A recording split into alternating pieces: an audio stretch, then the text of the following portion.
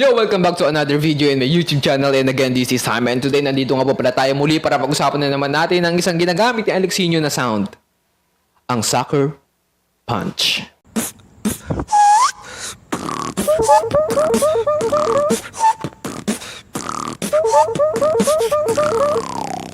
Sucker punch, madali lang siya kung paano siya ginagawin. Kaya nga nang sinabi ko, lahat naman ng sound madaling gawin, basta practice ka lang ng practice kasi darating yung time na makukuha mo rin yung sound na yan. Sucker punch, meron siyang tatlong mahalagang step para magawa mo ito. Isa first step, ang kailangan mo lang gawin ay kumbaga parang sabihin mo yung had o yung hat.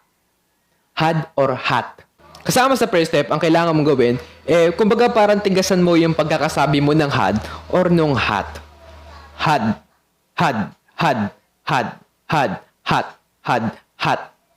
Kumbaga na parang dadating sa point na yung dila mo ay tumatama na dito sa ngalangala mo. Had, had, hat, had, hat, had, hat. Ayun yung first step. Sabihin yung had or hat ng matigas na dumadating na sa point na tumatama na yung dila mo dun sa ngalangala mo.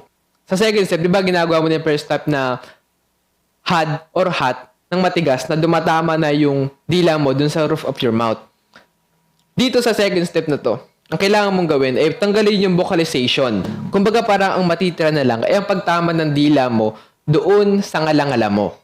Ayun yung second step Second step. Kung nagagawa mo na yun ng without vocalization, proceed tayo sa third step. Sa third step, ang kailangan mong gawin ay gawin yung kabaliktaran ng ginagawa mo sa second step. Nagets mo ba? Ang ibig kong sabihin ay gagawin mo yung had or yung hat ng paloob imbis na palabas. Pakita ko sa inyo. Had ng palabas. Had.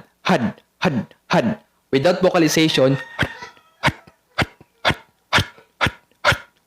Tapos, third step, gagawin mo siya ng paloob.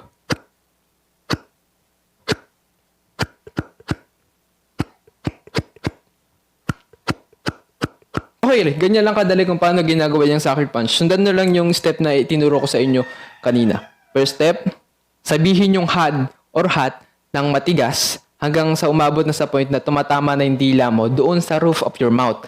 Second step, tanggalin yung vocalization ng had pero matitira lang yung pagtama ng dila mo doon sa ngalangala mo. At yung third step, imbis na gawin mo siya ng palabas, gawin mo siya ng paloob. Ito yung tip na pwede kong ibigay sa inyo para mas madali nyo makuha yung sucker punch. Halimbawa, ito yung bibig mo. Ito yung bibig mo sa baba. Ayan. Tapos, ito yung bibig mo dun sa taas o yung ngalangala mo. Tapos, yung dila mo, itong nasa gitna. Ayan. Ayan Kaganyan. Pag nakaganyan, naklose yung bibig mo. Kapag nakabukas yung bibig mo, nakaganyan. Kapatong yung dila mo doon sa baba na bibig mo. Okay. Ito yung tip.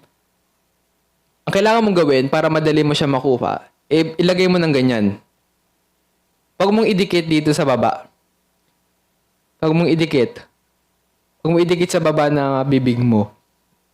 Kasi, kapag humigop ka ng hangin o ginawa mo ng had ng paloob, yung hangin dito lang siya dadaan sa baba at tutulong yun para tumama, mas malakas yung tama doon sa ngalangala mo. Mapakita ko na lang.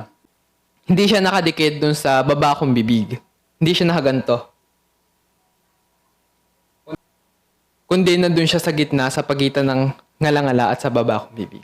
Sana meron kang natutunan sa beatbox tutorial ko na to ng sucker punch. Sucker punch isa to sa mga powerful na sound na pwede mong matutunan sa pag-beatbox. Okay, hanggang sa muli. Sana meron kang natutunan.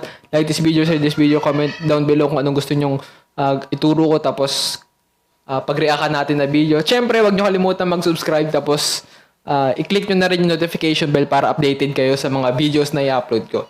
At hanggang sa muli, ako si Jaime. Kita-kita tayo sa next na mga videos ko. Bye-bye!